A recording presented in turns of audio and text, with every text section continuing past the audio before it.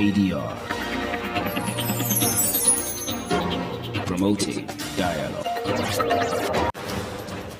It's midday in Dakar. Good afternoon and many thanks for tuning in to West Africa Democracy Radio, broadcasting on 94.9 FM and around the world on the WADR.org. Welcome to Newslink. Here are the top stories. ECOWAS denounces recent killings in northern Burkina Faso as the government monitors the progress of the ongoing investigation. Ghana's presidency issues 7 days ultimatum to Al Jazeera for unconditional apology over gold mafia documentary. We are talking about a documentary which has uncovered the illegal activities of a money launderer. He says that President Akufo-Addo is his friend and lawyer, and that he's able to do all the money laundering and gold smuggling activities in Ghana because of that friendship. Mali's army receives logistics trucks and medical ambulances from China to aid its fight against terrorism. Côte d'Ivoire and the Gambia strengthened bilateral ties with 3 new cooperation agreements. Stay tuned for details of these stories and more. Here is James Adjapong with Newslink. Many thanks for joining us. Now to our very first story. The Economic Community of West African States, ECOWAS, on Thursday denounced the recent mass killing in northern Burkina Faso. In a statement released on its official Twitter page, the ECOWAS chairman, Umaro Sissoko Embalo, expressed condemnation of the April 20th killings in Kama, a province in the Yatenga region, stating that it was both unjust and unacceptable. Oge Obiarika brings us more on this story. The ECOWAS chair expressed firm condemnation and sympathized with the families of the victims while wishing a speedy recovery to the injured. The perpetrators of these atrocities, he said, will be identified and brought to trial by the International Criminal Court. There is still no certainty on the exact number of casualties caused by the incident. The Burkinabe Judicial Court has announced an investigation and a death toll of 60, while survivors have claimed the number is at least 100, and the media and NGOs are reporting 150. Meanwhile, the Burkinabe government has not yet released an official report, but did issue a press statement on Thursday condemning what it describes as despicable and barbaric acts and expressing its concern while closely following the progress of the investigation. Burkina Faso has been dealing with recurrent terrorist attacks since 2015, as have its neighboring countries Mali and Niger. The Burkinabe authorities have been ramping up their anti-terrorist operations through offensive actions against armed terrorist groups thanks to new acquisitions of military equipment. Oge Obiarika filed that report. The Burkinabe government has issued a statement condemning the recent massacre in its northern region. The government said it is closely monitoring the progress of the ongoing investigation into the incident which occurred on April 20th. While the provisional assessment of the attack stands at 60 deaths, according to the justice, the number of fatalities is reportedly higher, according to survivors groups and NGOs, with some estimates placing the death toll at over 100. Imwedit has more details. A statement signed by the government spokesperson John Emmanuel Ouedraogo indicates a sincere condolences to the families of the victims and reveals that the killings were allegedly committed by armed men dressed in outfits of the Burkinabe Armed Forces. The government announced that a judicial investigation has been opened by the prosecutor of Faso at the High Court of Ouahigouya and that they were closely following the progress of the investigation. The spokesperson hoped that light would be shed on the matter and that justice would be served. On Tuesday, the group of survivors of the attack released a statement stating that more than 100 people had died, including children and women who had been wounded by bullets. The UN High Commissioner for Human Rights spokesperson Ravina Shamdasani condemned the killings and called for a swift, thorough, independent and impartial investigation that would lead to credible prosecutions if they wanted to end these flagrant violations. Imwedit filed that report. Meanwhile, 33 Burkinabe soldiers were killed in an attack by unidentified gunmen on the Ouaggou military detachment in the eastern part of the country. The Burkinabe Army, in a statement issued on Thursday, said the military detachment of Ouaggou was the target of the attack It also added that although the fighting was intense, the soldiers managed to neutralize at least 40 terrorists before the arrival of reinforcement. The Burkinabe Army maintained that the deployment of reinforcements made it possible to evacuate the wounded who are currently being treated by the health services. Since 2015, Burkina Faso has been grappling with terrorist attacks in several of its regions. Fresh and breaking news all the time. Hear it first as the news breaks, only on West Africa Democracy Radio. Newslink continues. This is Newslink on West Africa Democracy Radio, broadcasting on 94.9 FM, and we are also streaming live around the world on WADR.org. We turn our attention to Mali, where the army received a significant quantity of military equipment from the People's Republic of China. The equipment includes all-terrain armored vehicles, logistic trucks, medical ambulances, and individual and collective weapons. The ceremony was presided by the President of the Transition, Colonel Assimi Goïta, at Kati Square. The Minister of Defense and Veterans Affairs, Colonel Sadio Kamara, the newly acquired equipment will significantly enhance the Army's capabilities. Matisi completes the story. The package from the Chinese government includes 3 buses with 55 seats, 2 equipped workshop trucks, and an 18 cubic meter tank truck. Mali's Minister of Defense, Sadio Kamara, expressed his gratitude especially to Mali's historical partners for their reliability and sincerity in the procurement of this military equipment. He specifically welcomed the Chargé d'Affaires of the Embassy of the People's Republic of China, praising the quality of their equipment and the skills of their instructors. Kamara emphasized that Mali, like many countries in the Sahelo-Saharan Strip, has been severely affected by terrorism, organized crime, insecurity, and banditry for more than a decade. The country's efforts to diversify its partners in the fight against terrorism have led to their acquisition of military equipment from Russia, Turkey, and the People's Republic of China. The military equipment procured exclusively through the national budget will be employed according to the needs and specificities of the units involved, according to Sadio Kamara. Matisi with that report. Let's get to Ghana, where the presidency is calling for an unconditional apology from Al Jazeera Media Network, citing inaccurate and unfair reporting in its Gold Mafia documentary regarding his alleged involvement in money laundering and illegal mining. In a letter dated April 25, 2023, signed by the Secretary to President Nana Bediatou, the presidency has given Al Jazeera 7 days to comply with its demands. Atiawene Bello Lawson in Accra brings us up to speed on their development. The letter stated that some parts of the documentary are malicious and defamatory, and it is a calculated attempt to tarnish the reputation of the President and government of Ghana.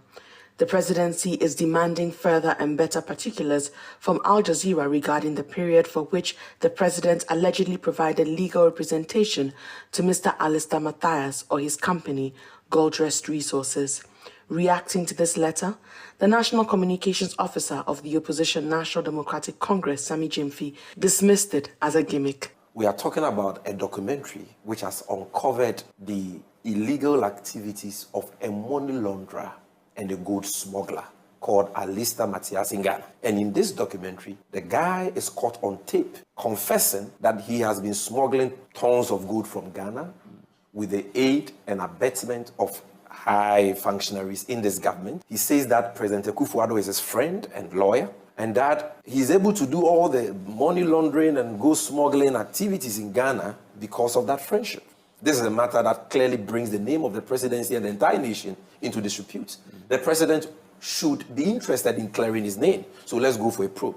And then you issue this half-hearted letter. Arocha Ghana, an international network of environmental organizations, questioned the government's commitment to fighting against illegal mining, especially in light of a leaked report alleging key government officials' involvement. Daryl Bosu is a Deputy National Director of Arocha Ghana. I think now it's our trust and confidence in him to deliver on the promise to deal with that. I'm saying even putting his presence on the line is very much in doubt. And I find it very difficult to believe anything they will say now in terms of their commitment to putting the first, because there are more damning revelations to come across in terms of the way mining concessions were issued out for or permits were issued for prospecting. Reports indicate that Al Jazeera is yet to respond to the letter. The presidency denies Akufo-Addo's involvement in any of the allegations made in the Gold Mafia documentary released a few weeks ago. Reporting for Newslink on West Africa Democracy Radio, I am Atiewin Imbila Lawson in Accra. Nigeria's President Muhammadu Buhari said his administration has achieved its goal of neutralizing terrorism and other crimes in the country as promised as he prepares to leave office in May 29. Speaking at a historic trooping and presentation of colors parade, retiring and replacing 53 units of regimental colors and issuance of 28 new ones for newly established units of the Nigerian Army, Buhari also stated that no administration since Nigeria's independence has tackled insecurity better than his administration. Abuja correspondent Usman Umar has more in the following report. The trooping and presentation of Colors Parade is a ceremony held to retire the old colors of a regiment and present them with a new one, usually done every 15 to 20 years as desired by a country's armed forces. Several units in the Nigerian Army have had damaged or worn-out colors since they were last replaced in 2007, according to the Director of Army Public Relations, Brigadier General Onyema Nwachukwu. During the event, President Muhammadu Buhari highlighted his administration's interventions to improve the country's security architecture, including upgrading hardware, building facilities, and training and equipping staff and officers. At the inception of this administration, the nation's security situation was greatly challenged by the activities of violent non-state actors.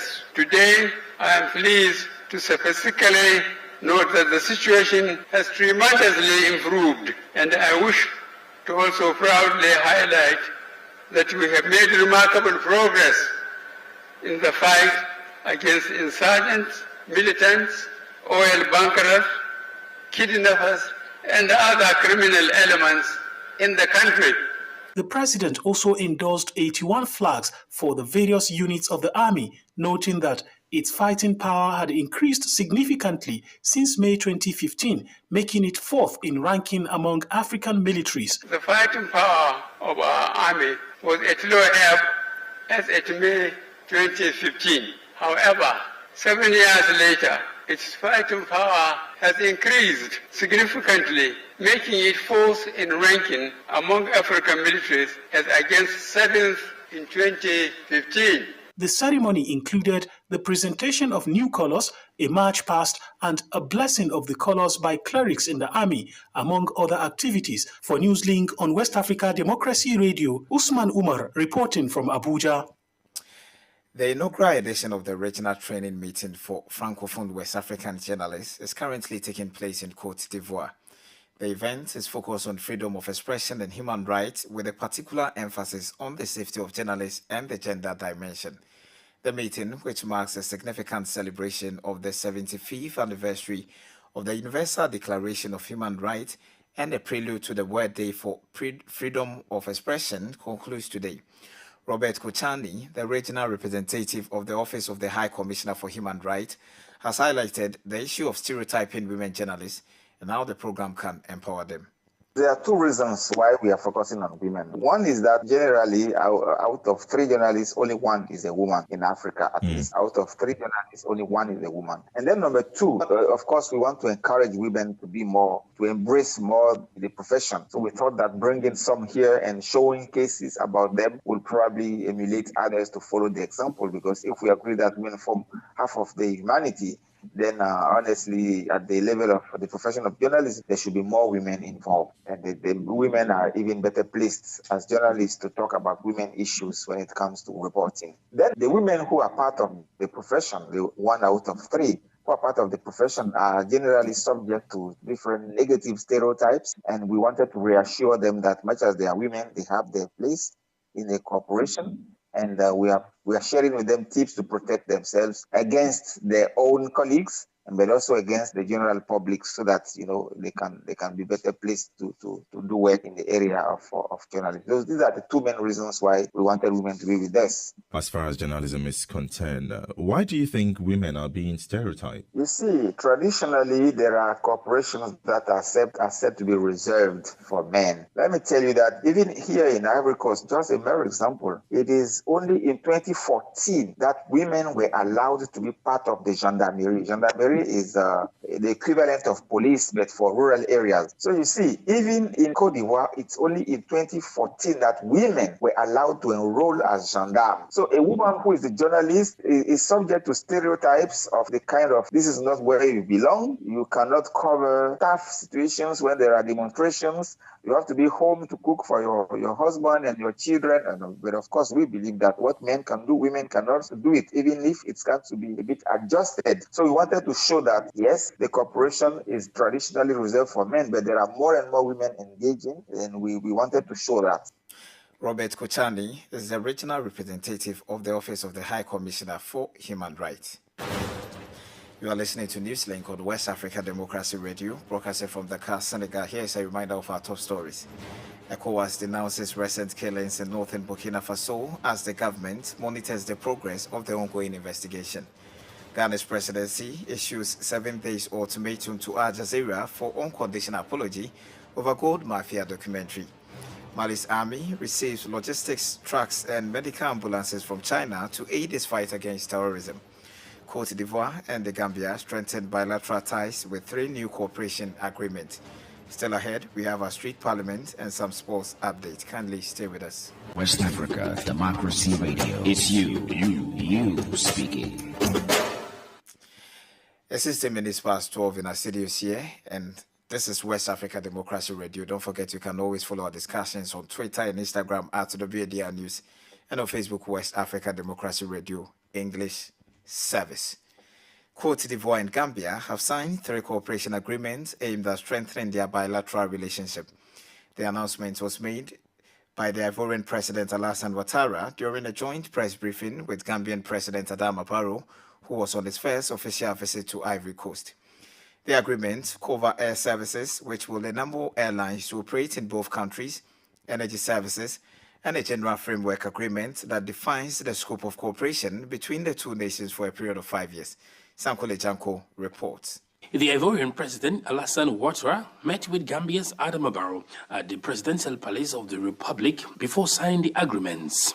During the meeting, Ouattara expressed his gratitude to his guests for the support given to Côte d'Ivoire within the framework of ECOWAS in the resolution of the crisis between Côte d'Ivoire and Mali following the arrest of 49 Ivorian soldiers. He congratulated the Gambia for its contribution to the proper functioning of ECOWAS with the appointment of a Gambian as the chairman of the Commission of our sub-regional institution.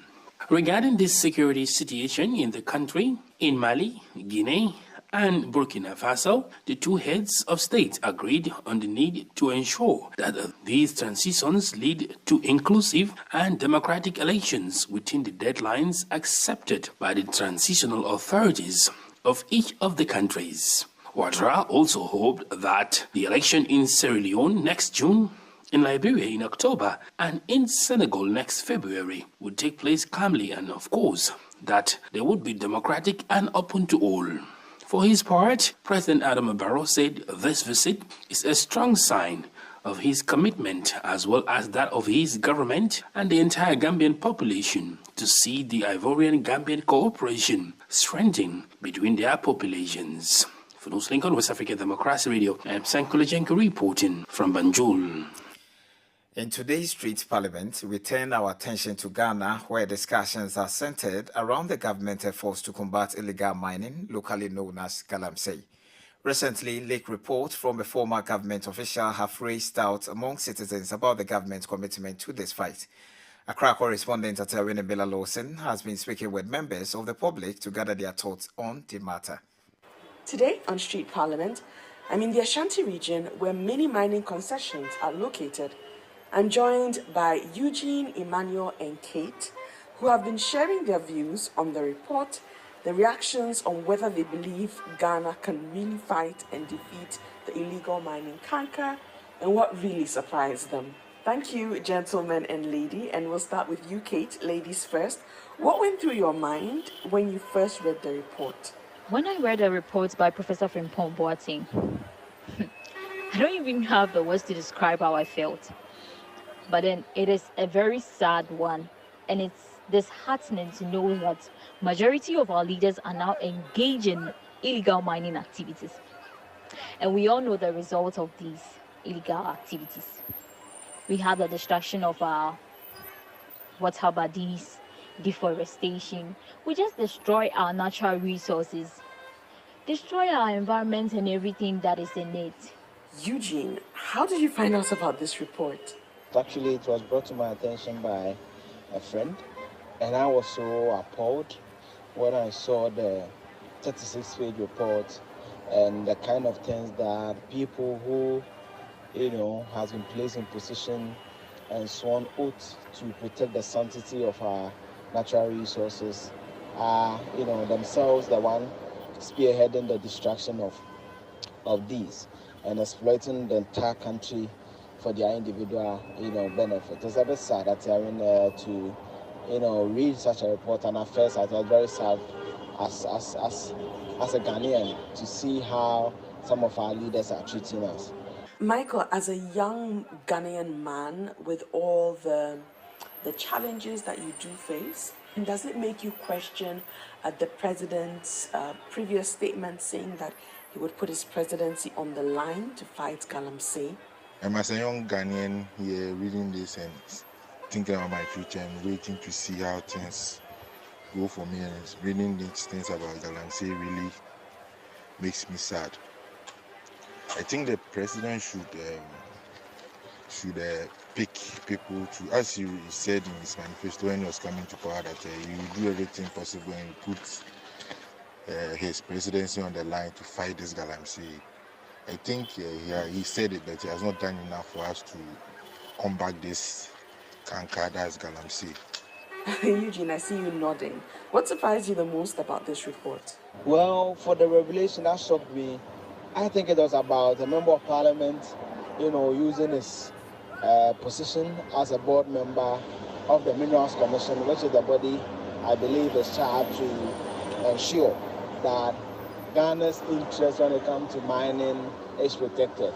So you go there as a member of parliament, as a board member, who is supposed to, respect the various ethos and lay down procedures of the commission, but use your influence and get dozens of these concessions, and sell them. And per the report, they say dozens. So even if it's 12, he was selling one for almost about 200,000. And it's sad, almost about 2.4 million, just because you're a member of the Minerals Commission and also you are an MP and part of the ruling party. I was so shocked. Kate, this part also surprised you, right? What are our leaders doing now? Are they now illegally duping us? So the amount of money that they receive at the end of each month is not okay for them. They also now want to dupe the citizens. That's how when Bella laws in there with street parliament. And here's Sam Janko with some sports updates.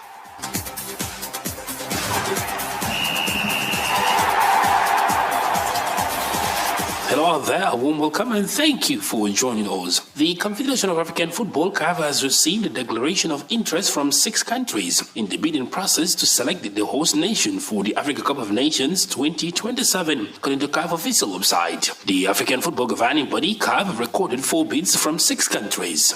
The bidding countries are Algeria, Botswana and Egypt. Meanwhile, Kenya, Uganda and Tanzania declared a joint bid to host the 2027 AFCON Showpiece. In the same vein, CAF has set 23 May 2023 as a deadline for member associations to submit their final bid, including all bidding and hosting documents. CAF will embark on inspection visits to the 6 countries from 1 to 15 July 2023 before the CAF Executive Committee's decision. In basketball, the Pennsylvania State University has signed 23-year-old Nigerian center Odus Wahab, according to media reports. The Lagos-born Wahab joined Pennsylvania State University from Georgetown University, where he played only for a year. Wahab, who also played at the University of Maryland in the 2021-2022 season, was among the highest-ranked players in high school in 2019. He was also voted to First Team All-Met and All-USA Virginia Boys First Team that year. And that's it for sports. It's back to you. Thank you, Sankule Janko, for that sports update. We have come to the end of this edition of Newslink from West Africa Democracy Radio, broadcasting from Dakar, Senegal. Thank you for listening.